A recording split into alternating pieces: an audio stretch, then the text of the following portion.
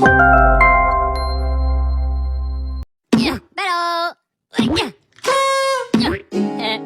Pull! Oh! Woo! Yeah! Woohoo!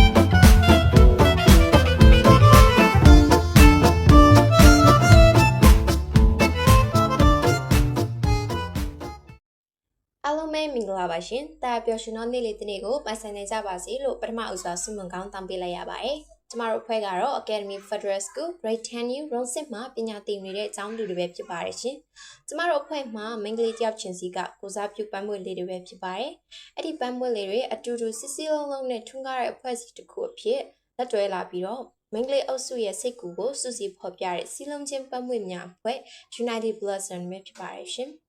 ဒီနေ့ဆိုရင်ကျမတို့အဖွဲ့ကဆရာကြီးမင်းသူ့ဝန်ရေးသားခဲ့တဲ့တပည့်ညိုကဗျာကိုတေးသချင်းဖြစ်ပြန်လည်တည်ဆိုတင်ဆက်သွားမှာပဲဖြစ်ပါတယ်။တပည့်ညိုကဗျာဟာဆိုရင်လွတ်လပ်ရေးကြိုးပမ်းမှုအတွက်လှုပ်ဆော်ပေးတဲ့ကဗျာတစ်ပုဒ်ဖြစ်ပါတယ်။လေးချိုးကဗျာမျိုးစားဖြစ်ပြီးတော့ကိုလိုနီခေတ်မှာဆရာကြီးမင်းသူ့ဝန်ကရေးသားခဲ့ပါတယ်။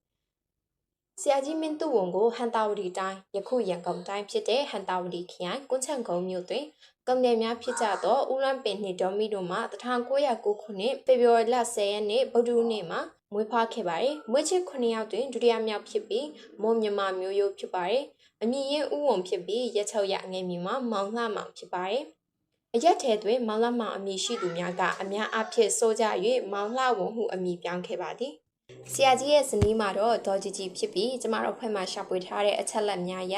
ဆရာကြီးမှာတား2ယောက်နဲ့သမီးငယ်1ယောက်ရှိပါတယ်လို့ဖော်ပြထားပါတယ်။အကယ်၍အချက်လက်သစုံတရားမှားနေပါက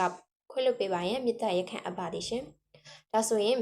ဆက်လက်ပြီးသွားကြရအောင်။ဆရာကြီးရဲ့သားကြီးမြင်မှာဥညံဆိုတားငယ်မြင်မှာဥထင်ကျော်သမီးငယ်မြင်မှာဒေါ်ထားချို့လိုပဲဖြစ်ပါတယ်။ဆရာကြီးကကြပြားပုံမြင်ဝတ္ထုတို့စောင်းမဝေဖန်ရေးစာပင်နှင့်လွတ်လပ်ရေးစိတ်ဓာတ်ကိုလှုပ်ဆော်ပေးတဲ့ကြပြားများစွာကိုလည်းရေးဖွဲ့ခဲ့ပါတယ်။ကလေးကြပြားတွေကိုတော့အထူးအာရုံစိုက်ပြီးတော့ရေးဖွဲ့ခဲ့ပါတယ်။ကျမတို့ငယ်စဉ်ကအတူတကွဆိုခဲ့ကြကူတဲ့တပြေတီးကောက်ကြပြားတာစစ်ကြိုးကြပြားစတဲ့ကြပြားတွေမှာလည်းဆရာကြီးရေးဖွဲ့ထားခဲ့တဲ့ကြပြားတွေပဲဖြစ်ပါတယ်။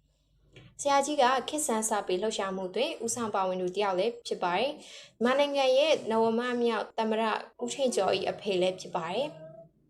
ဆရာကြီးမင်းသူဝန်ရဲ့ကလောင်နမယ်တွေကတော့မေဒါဝန်ကွန်းချန်ကုန်းမြို့စိန်ချုံပြောကွန်းချန်ကုန်းမြို့ကွန်းချန်ကုန်းတောင်စွလုံကမောင်တူဝန်စန်းတော်ရာခင်သိန်ကီဟန်တာဝတီသူဝန်မောင်တူဝန်ဦးဝန်မင်းတူဝန်တက္ကသိုလ်မင်းတူဝန်စသည့်ကလောင်အမည်တွေကိုအသုံးပြုခဲ့ပါတယ်။ဒီပြညိုကပြကိုရေးဖွဲ့ခဲ့စဉ်ကဆရာကြီးသည်ပညာသင်ဆုရ၍အင်္ဂလန်နိုင်ငံ Oxford တက္ကသိုလ်တွင်အရှိတိုင်းဘာသာစကားနှင့်အထွေထွေဘာသာဗေဒကိုသင်ယူရန်သွားရောက်နေစဉ်ဖြစ်ပြီးခရစ်စမတ်ကြောင်းပဲ၍ဝေလပြည်မြောက်ပိုင်းရာရင်ရွာရှိစိတ်တိုင်းရဲ့စာကြည့်တိုက်သို့သွားကစာကြည့်နေကြဖွဲ့ဆိုထားခြင်းဖြစ်ပါတယ်။1938ခုနှစ် Oxford တက္ကသိုလ်တို့မပြန်မီတရက်အလို့ဇန်နဝါရီလ4ရက်နေ့တွင်တပြည့်ညိုကပြကိုရေးဖွဲ့ခဲ့ခြင်းဖြစ်ပါတယ်။ကြပြရေးသူဆရာကြီးမင်းသူဝန်ကိုယ်တိုင်တပြည့်ညိုကြပြကိုဆွဲလန်းခဲ့ကသူ့နေအိမ်ကိုတပြည့်ညိုလို့နာမည်ပေးခဲ့ပါတယ်။1938ခုနှစ်ဇန်နဝါရီလ4ရက်နေ့တွင်တပြည့်ညိုကြပြကိုရေးသားခဲ့ပြီး1948ခုနှစ်ဇန်နဝါရီလ4ရက်နေ့တွင်တတိုက်ဆိုင်ဆိုင်ထူးထူးခြားခြားမြန်မာနိုင်ငံသည်လွတ်လပ်ရေးရရှိခဲ့ပါသည်။ဆရာကြီးသည်2004ခုနှစ်ဩဂုတ်15ရက်တနင်္ဂနွေနေ့နက်7:30တွင်ရန်ကုန်မြို့ကမာရွတ်မြို့နယ်တပြည့်ညိုနယ်၌ကွယ်လွန်ခဲ့ပါသည်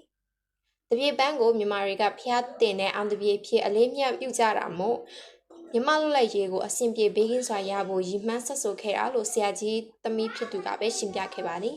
။လွတ်လပ်ရေးကြိုးပမ်းတဲ့ကာလမှာဒီကြပြကိုလွတ်လပ်ရေးအကျိုးကြပြဖြစ်ပြုစုခဲ့ကြသလိုဒီမိုကရေစီလှုပ်ရှားမှုကာလတွေမှာလည်းဒီမိုကရေစီရဲ့နိုင်မဲ့အဖြစ်ဒီကြပြကိုရွတ်ဆိုအသင်ခဲ့ကြတဲ့သူတွေရှိခဲ့ပါတယ်။ကြပြရဲ့ရည်ရွယ်ချက်ကတော့ပြည်သူလူထုသည်သူငါအားလုံးစီအောင်တက်ကြွစွာဆက်လက်ဆောင်ရွက်ကြပါကလွတ်လပ်ရရှိမည်လွတ်လပ်ရရောက်နေလာခါနီးပြီးနင်းချက်သွန်တန်ကိုကြားနေရပြီးဟုအမှန်ပေးဖွဲ့ဆိုထားခြင်းလွတ်လပ်ရေးစိတ်တဲ့လှုပ်ရှားစီရန်လှုပ်ဆော်ပေးခြင်းလိုပဲဖြစ်ပါတယ်။အဲဒါဆိုရင်ကျမတို့ရဲ့စီလုံးချင်းပတ်မွေ့များ United Blossom မှ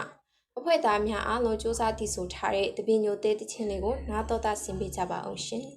အားလုံးကိုကျေးဇူးတင်ပါတယ်ရှင်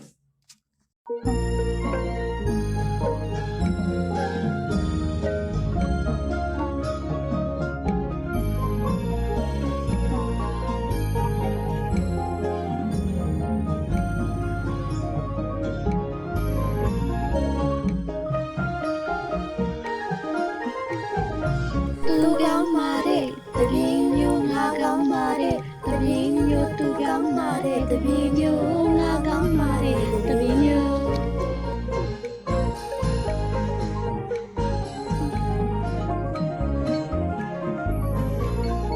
သူကောင်းပါတဲ့တပင်းမျိုးငါကောင်းပါတဲ့တပင်းမျိုးသူကောင်းပါတဲ့တပင်းမျိုးငါကောင်းပါတဲ့တပင်းမျိုး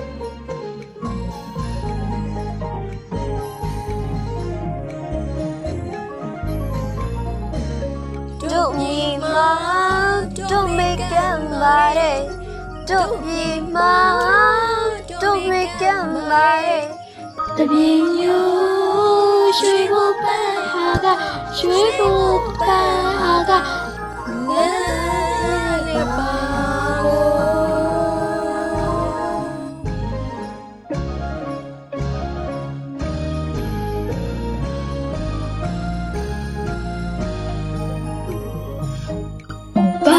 ရှော်လေးနဲ့လာတော့ကိုရွှေဘိုးဘာရှော်လေးနဲ့လာတော့ကိုရွှေဘိုး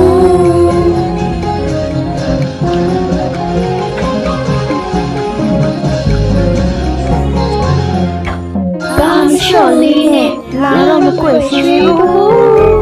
ဘာရှော်လေးနဲ့လာတော့ကိုရွှေဘိုး